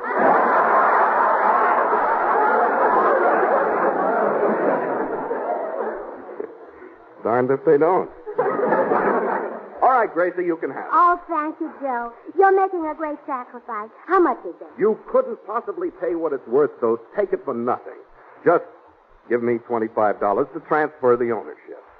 Then I'll give you my white slip. Oh, no, the car's enough. I won't take your underwear. Excuse me, Mrs. Bird. Yes? Your new car won't be ready until tomorrow morning. We're removing the speedometer to make room for a mixmaster. Here's the priority, which will entitle you to the car when it's ready. I'll see you tomorrow. The mister... Oh, dear. Oh. Will he be mad if I don't take the new car? Yes, he will. Gracie, I'll carry my sacrifice even further and buy it myself. Oh, Joe, you should. In friendship's name, I'll do it.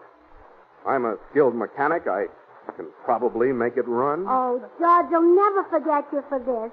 Here's the priority for your car. Thank you. Here's the crank for yours.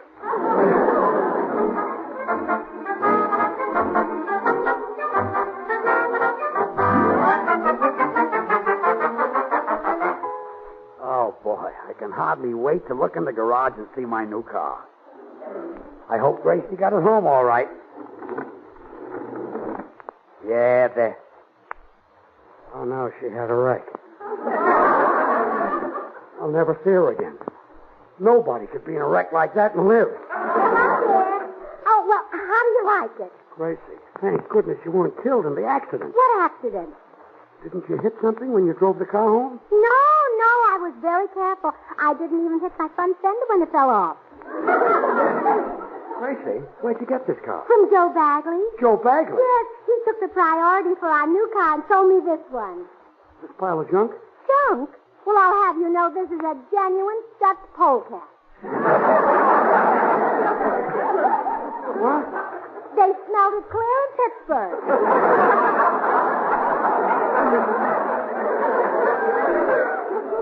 I don't doubt it. And it has a historical background, too. In this car, General Pershing defeated Henry Kaiser in a game of blackjack. This is murder. Howdy, folks. Oh, hello, Mr. Judson. Hiya, Tex. I was passing by and seen you out here in the garage. Say, ma'am, where'd you get the old relic? I met him in vaudeville.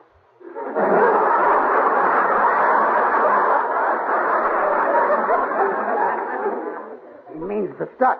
Yeah, I know, dear. I was just joking to cheer you up. Well, I'm very happy. Mr. Judson, look at this car that Joe Bagley stole Gracie. Car? Why, it looks more like the covered wagon my great-grandpappy had when he founded the city of Dallas. He founded it? Yep. Who lost it? Who lost it? Oh, I like your sense of humor, ma'am.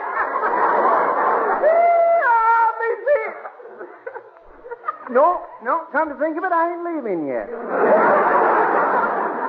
Good, because I want to tell you what else Bagley did. He talked Gracie out of my priority for a new car. Well, now, that's a real mean trick. A man who'd do that would feed California oranges to a Texas hog. Come on, little man. You and me's going over to Joe Bagley's and force him to give you back your priority. Good.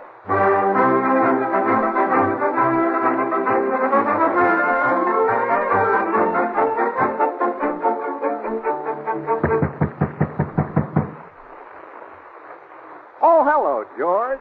Listen, Joe. Either you take that old Stutz and give me my priority, or Mr. Judson here is going to beat you up. That's right, Bagley. Anyone who cheats the friend of a Texan is in for a licking. Texan? Say, what part of Texas y'all from, partner? Dallas. Why? Well, I'm a Fort Worth boy myself. Huh? Do tell.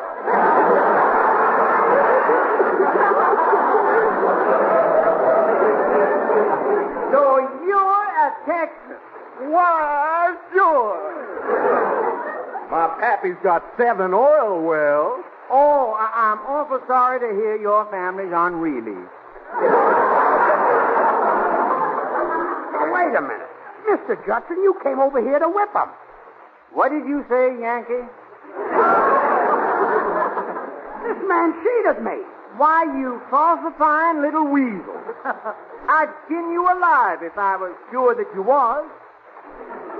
If you were sure that it... Oh, I like your sense of humor, partner.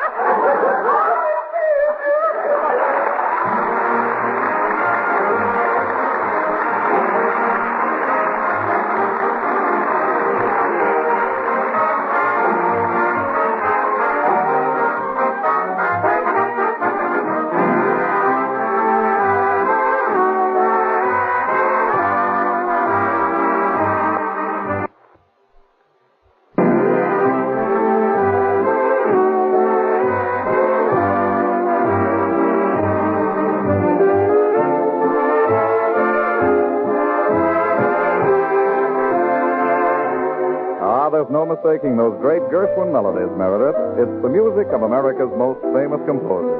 Gershwin earned that title, Toby. He was an absolute perfectionist. He'd work round the clock till a melody was set just right. Then he worked just as hard on the harmony or a tricky rhythm effect. And when he'd put them all together, another great hit was born. Right. Gershwin might have worked like mad on the different parts of the song, but he never lost sight of the complete musical result. Here's one of his songs all America knows by heart, but try to recognize it from just his mellow harmony. Or now, with this rich counter melody added.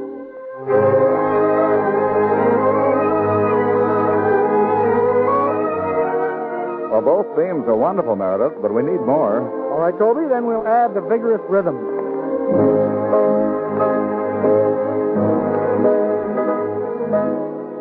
And now we'll blend in George Gershwin's melody and complete this favorite of favorites.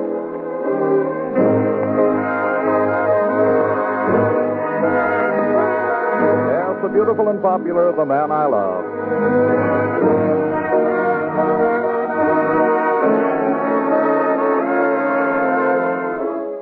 Friends, you see how America's favorite songs demand the expert blending of many perfect orchestral parts? Well, it's the same way with the creation of America's favorite brand of coffee, Maxwell House.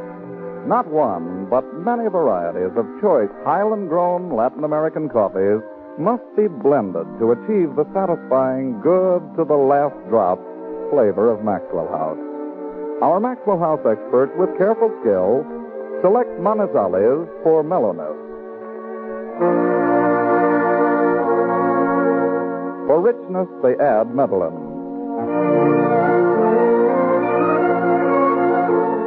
For vigor, they select other choice coffees.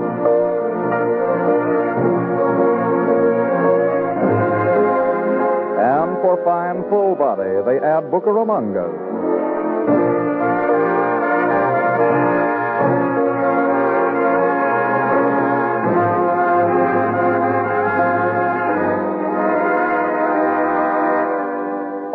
Blended in one great coffee, radiant roasted to flavor perfection, and brought to you vacuum packed and roaster fresh. Tomorrow, discover the extra flavor, extra satisfaction of America's favorite brand of coffee.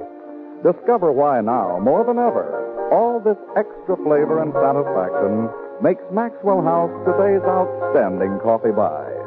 Tomorrow, ask for Maxwell House. Always good to the last drop.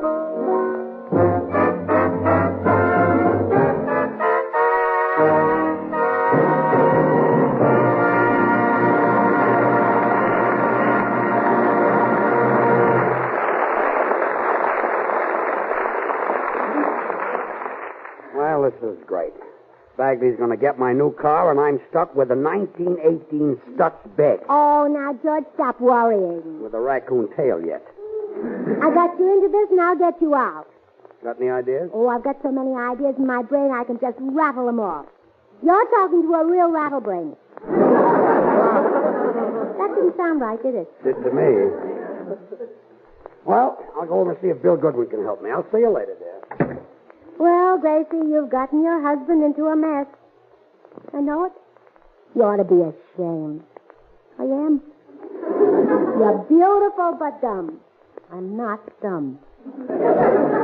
Well, how are you going to get that priority back from Joe Bagley? I could get it back if I went over and told his wife Clara a few lies. Gracie! You wouldn't lie. Oh, you don't know me very well, do you?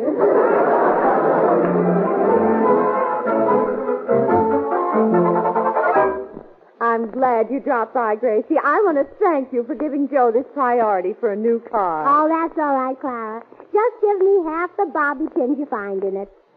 Bobby pins? Mm-hmm.